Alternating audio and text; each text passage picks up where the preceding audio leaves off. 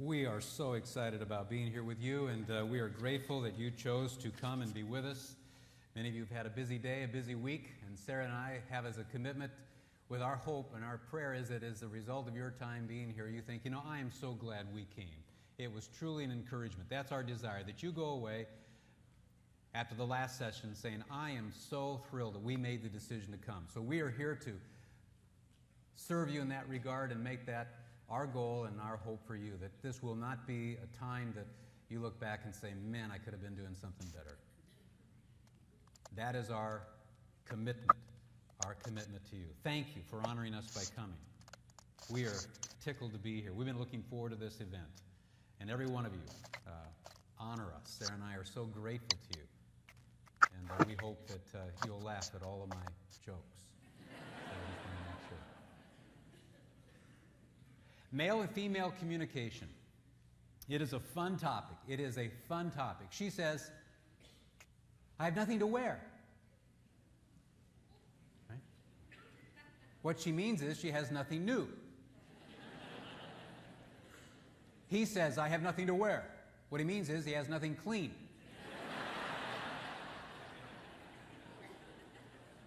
Now, how is it that you can say the same exact words? I have nothing to wear. I have nothing to wear. But you mean something different. That's amazing. How can that be? And it's based on male and female differences. And that's an innocent enough difference. But imagine she fixes an evening meal and afterwards she says, that's the worst meal I've ever made. He goes, no, it's not, honey.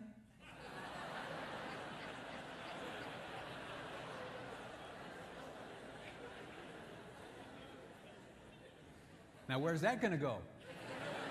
What are you saying? Are you saying I've made thousands of worse meals than that? Okay, mama's boy. Just go move in with your mother for a couple of weeks and let her feed your fat face. But what if he was full of goodwill? What if he was full of goodwill? What if he meant by what he said is, no, you haven't. You never made a bad meal. You see how we get into these tensions and conflicts and troubles? Irritations, fights, arguments. Bam, it can happen just that quick. What did you mean by what you said? Then again, maybe he'd been making some snide remarks over the last several weeks about her cooking. So when she said, that's the worst meal I've ever made. No, it's not, honey. Same words. Same words. But different tone. The first year of our life as infants, we interpreted the whole world through the nonverbal. We watched our parents' facial expressions. We listened for tones. We didn't understand the meaning of the words. It's been suggested, even as adults, 80-90% of our communication is nonverbal. We're listening to what did you really mean by what you just said. I know what you meant. And so you can see how we get into these conflicts because we're trying to read what the other means. Why is that?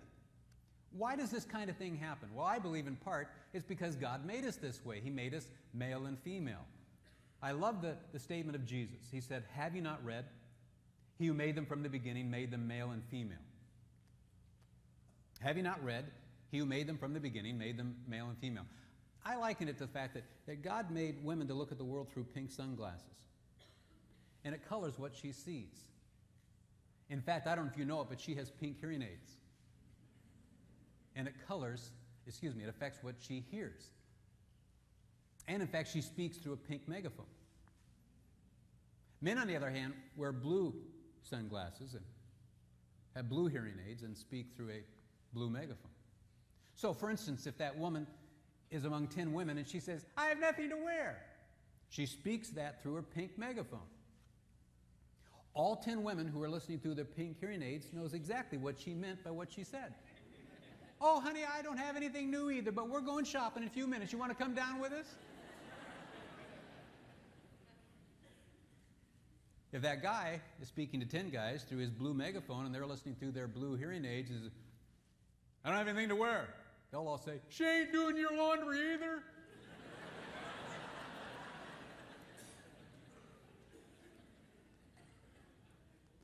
Interesting dynamic. Pink and blue.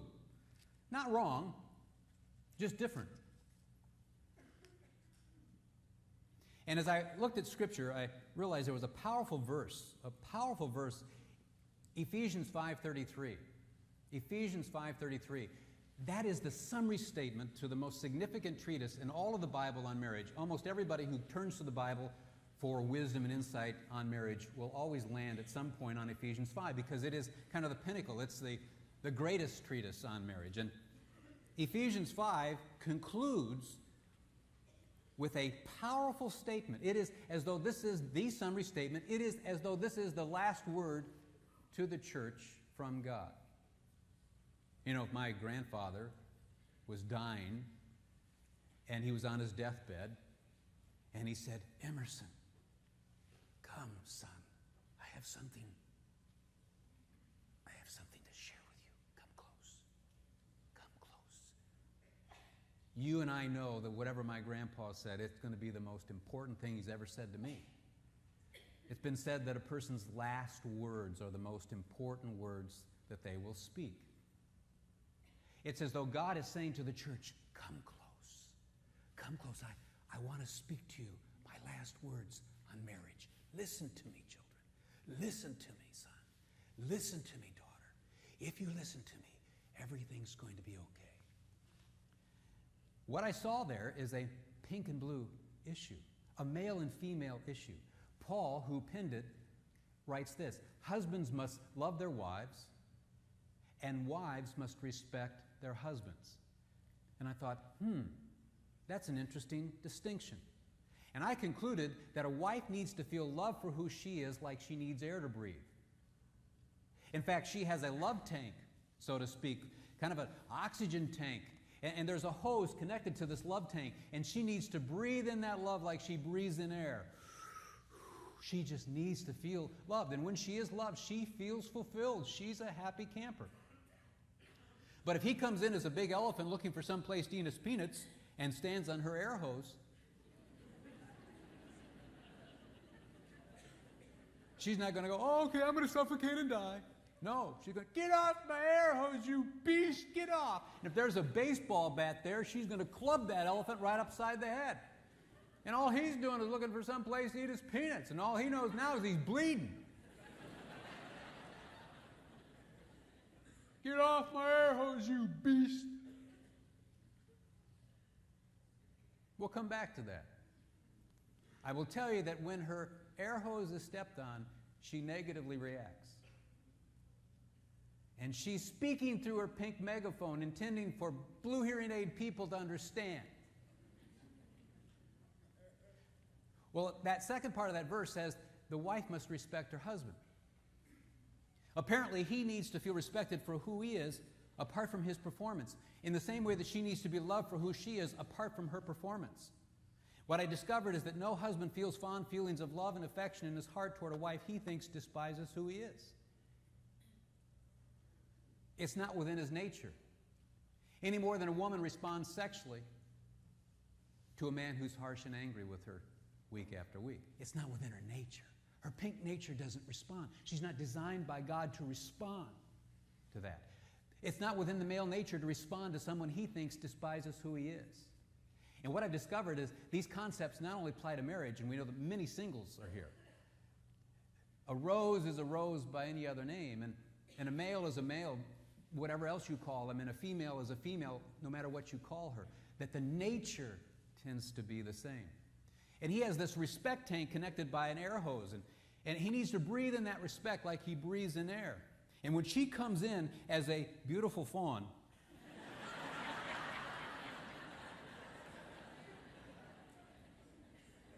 with all of her little fawnettes and has a picnic on his air hose, he's not going to go, "Oh, okay, I'm going to suffocate and die. Just go ahead and kill me." No, no. "Get out of here. Everybody get out of here. Get out of here." He's grouchy and grumpy and angry. "Get out of here." Interesting. Think about that. Husbands must love their wives. Wives must respect their husbands. Let me illustrate something, though. how does this play itself out? What would be an illustration of a woman feeling unloved? What would be an illustration of a husband feeling disrespected? Well, let's start with a woman. Suppose it's January 15th and she gets on the scales. And she looks down and she's put on 13 pounds. She comes to her husband and says, I can't believe it. I can't believe it. I can't believe all the pounds I put on since all those Thanksgiving meals, all the Christmas parties, all the New Year celebrations. I can't believe it. I feel fat. I feel ugly. I have nothing to wear. Can't do anything with my hair. He's a sensitive guy. Trained in the 90s. He listens. He goes to the bookstore the next day and he comes in and the lead book right in the bookstore, Dieting for the Christian Woman.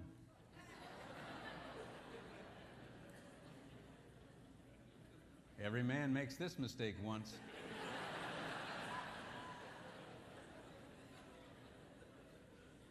The subtitle, Post-Holiday Menus. So he gets that book and brings it home and he gives it to her. He thinks he's at Cape Canaveral. She goes ballistic. She goes right up.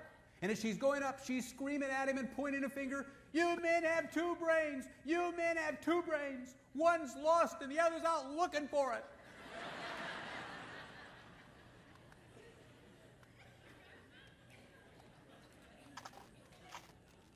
She calls him a brainless idiot.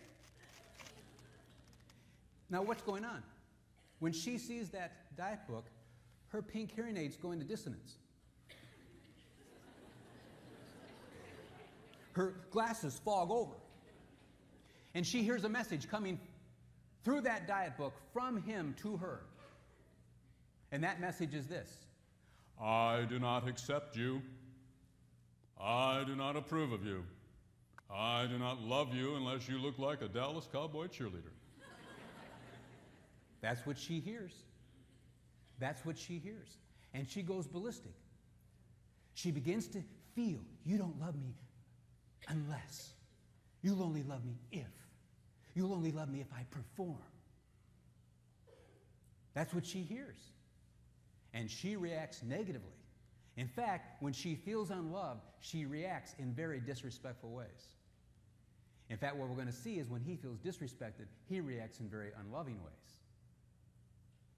But what's also interesting is if she brought a diet book home for him, she brings it to him and gives him a diet book. Hey, thanks. Hey, what's for dinner? And you see, when he looks at himself in the mirror, he can see Atlas there. He can bring Atlas out anytime he wants.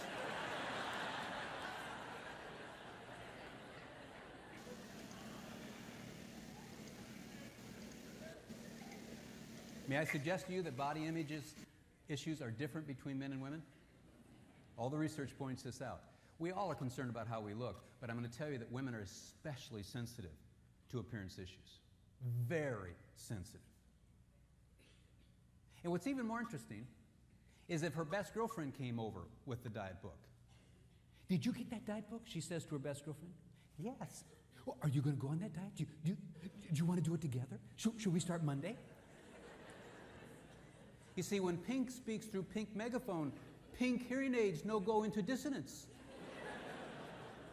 But when Blue speak, go through dissonance. And also, though, sometimes, Pink can speak through her Pink megaphones about a diet book, and Blue doesn't go into dissonance. You can't never kind of know when it's going to happen.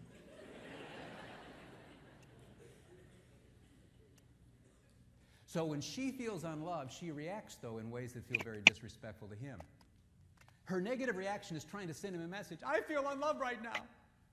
Unfortunately, at a certain point, he no longer hears the deeper cry of her heart. He only hears, I don't respect you, Buster, any further than I can throw you. What are we going to do about that dilemma? Well, let's think of a couple weeks down the road, and she's in that bookstore, and the lead book, The Key to Marital Bliss, Communication. And she picks up that book and starts reading it, and she says, this is us, this is us. She buys it. That's the third marriage book this year she's purchased for the two of them to read. She brings it home, and she devours it from cover to cover, and she says, he needs to read this. But he's busy. He's busy. He's too busy really to read it from cover to cover. So I'm going to highlight in yellow some of the key sections for him to.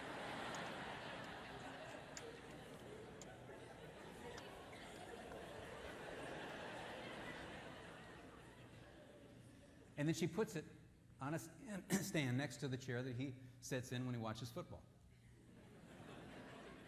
But she notices he doesn't pick it up. Why? Because this is the third marriage book. And that third marriage book, his blue hearing aids start going into dissonance. And he white knuckles it as he watches football. He knows it's there. He knows it's there. But he's thinking, first two marriage books we got huge fights. Huge fights. There's a third one.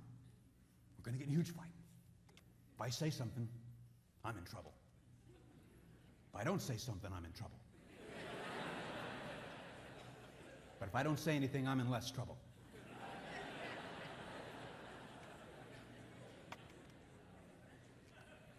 So he stonewalls. He neglects it. Why? In his world as a male, he hears a message coming from her through the marriage book to him, which is this: I don't accept you. I don't approve of you. I don't respect you, Buster, unless you change right now. That's what he hears. Now, I'm not justifying that. He can be completely wrong. Hey, I'm not justifying the wife when she goes ballistic when he's trying to be helpful and gives her a diet book. He may not even be coming close to saying, I don't love you, unless. And she may not even be coming close saying, I don't respect you, unless. But what I am going to say is there's a tendency within the nature of the female to interpret diet books through pink. She videotapes her world through pink. And she sees pink and she sees things that threaten pink. I'm not saying he's justified for feeling that way about the marriage book, but what I'm going to say, he's a male created by God. Not wrong, just different. And he interprets marriage books through a different grid. He doesn't see this as increasing love. He sees it as another situation that's going to result in him losing respect. And what's interesting is if he brought home a marriage book to her, she would go, Did you buy that marriage book for us? Do you want to read it? I mean, do you want to start tonight and just kind of go through it, the two of us, reading out loud to one another? And then she's going to be on the phone to all of her girlfriends, telling them that he brought home a marriage book. He got a marriage book. We're one. We're connected. We're soulmates.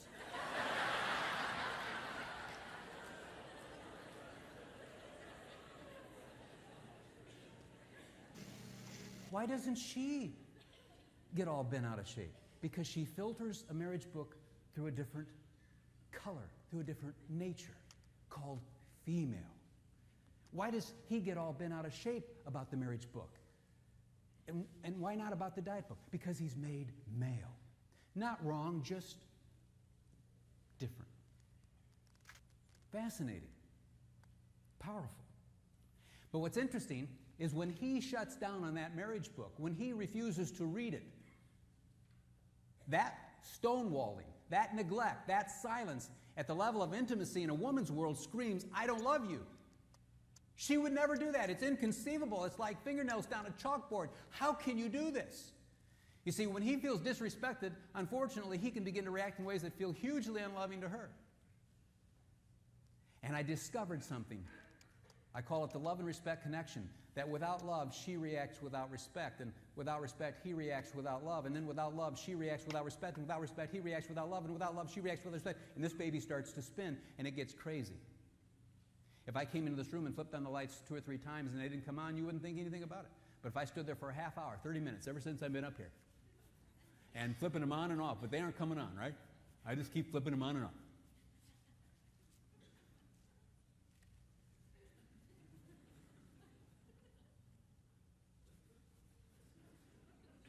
You'd say I'm what? Crazy. Craziness is when we keep doing the same thing over and over again with the same ill effect. And we're compassionate toward people who are mentally handicapped, for instance, and mentally crazy, as we might say. They'll sit and rock and do this, or they'll keep repeating the same thing. And we're compassionate because we know it's a physiological problem. But there's a marital craziness. people of sound mind who've been married for many years are in what I call the crazy cycle. They keep doing the same thing over and over and over again. The topics change, but they keep spinning on the same crazy cycle, and they do it week after week after week after month after year after year. Good-willed people, not evil-willed people. Spinning, and they're getting nowhere. Now, someone might be saying, well, don't we women need respect? Or what are you saying? Are you saying that women don't need respect? Are you saying that men don't need love? No. It's a continuum. We all need love and respect. There's no question about that. In fact, some of you might say, hey, you're from Michigan area. R-E-S-P-E-C-T. Aretha, baby. Aretha Franklin, the soul queen. You know she sang that song, Women Want Respect. Yeah, that's right. Although, did you know that Otis Redding wrote that song? In 1965, and it was released as a single by him for 2 years, and then they changed it to fit this up-and-coming soul queen in the late 60s called Aretha Franklin. I hope the irony of that doesn't escape your notice. But apart from that, yes, women need respect and men need love. But here's what I discovered. If women really wanted R-E-S-P-E-C-T as their most longed-for value from their husband, then tell me why in the whole card industry, why is there not one card from a husband to a wife that says, baby, I really respect you?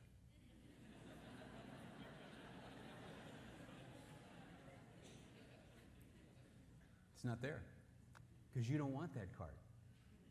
You want L-O-V-E. Now, the card industry tried it, I'm sure, because they know Aretha's song.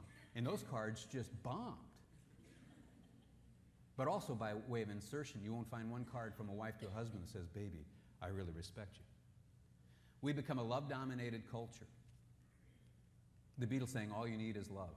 And we bought it, hook, line, and sinker.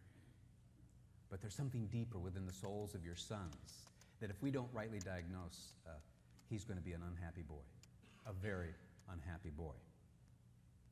And also, if you show disrespect to a woman week after week, disrespect, she'll go, you know what? What? You don't even love me. How can you treat me disrespectfully and say that you love me? She'll land on love. You show disrespect to a man week after week. Disrespect. He'll go, you know what? What? I don't deserve this disrespect. Everybody respects me but you. He lands on respect. Interesting. Why is that? Well, what I discovered in the New Testament is the husband is commanded to agape love his wife. Agape is that unconditional love. There's agape and then phileo, Philadelphia, city of brotherly love, and that's another Greek word for friendship love, basically, and then there's eros, erotic. And those three Greek words all represent marriage. Agape, unconditional element, the friendship, phileo, and then the eros, or the erotic dimension. But no wife, did you know, is commanded to agape love her husband in the New Testament? Only husbands are commanded to agape. Why? I thought to myself as I looked at that. I had the privilege of studying the Bible 30 hours a week for nearly 20 years for the pulpit ministry in a college town. Have my PhD from Michigan State University as well in family-related studies. Have a master's in communication. So I kind of have a science bent, but I also have a scriptural bent. In fact, if you're an unchurched person, I understand that too, because I was unchurched for many years, so I want to be sensitive to your spiritual journey. But many of you who are outside the church are very concerned about the hypocrites in the church, and many people here are church people, and we all feel this need to be challenged. That's why they're here. We feel the need in our own souls to be challenged, to be more consistent in our marriage. So if you let me preach to the choir, permit me to do that, because the choir sometimes needs to be preached to, and many people in the church are saying, we need a challenge, we need encouragement.